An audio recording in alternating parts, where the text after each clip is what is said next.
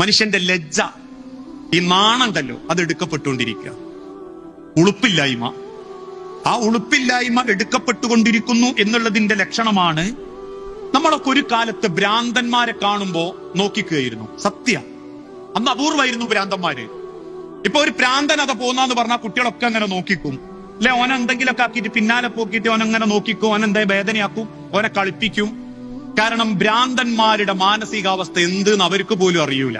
അതുകൊണ്ട് തന്നെ അവരെന്തൊക്കെയോ കാട്ടിക്കൂട്ടും, എന്തൊക്കെയോ അവര് ചെയ്തു കൂട്ടും. അതൊക്കെ കാണാൻ കുട്ടികൾ കൂട്ടം കൂടിയിരുന്നു. ഇന്ന് ആ മാനസിക വൈകല്യം ബാധിച്ച ആളുകളെ കാണാൻ ക്യൂവാ. എവിടെ? യൂട്യൂബിന്റെ മുമ്പിൽ.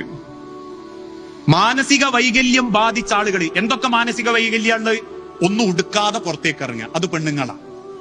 അത് കാണാൻ കുറച്ച് ആണുങ്ങൾ ക്യൂ. ഓള് വന്ന അതിന് ക്യൂ, ഓൾ ഉദ്ഘാടനം ചെയ്യാമെന്ന അതിന് ക്യൂ. പെണ്ണിന് എന്നെ തോന്നി തുടങ്ങി ഉടുക്കാണ്ട് വന്നാലേ ലൈക്കും ഷെയറും ഉള്ളൂ എന്ന്. ഇതാര് വരുത്തിയതാ? കണ്ടു നിൽക്കാൻ ആഗ്രഹിച്ച് നോക്കി നിൽക്കുന്ന ചില മാനസിക രോഗികൾക്ക് വേണ്ടി കാത്തു നിൽക്കുന്ന മാനസിക രോഗികൾ.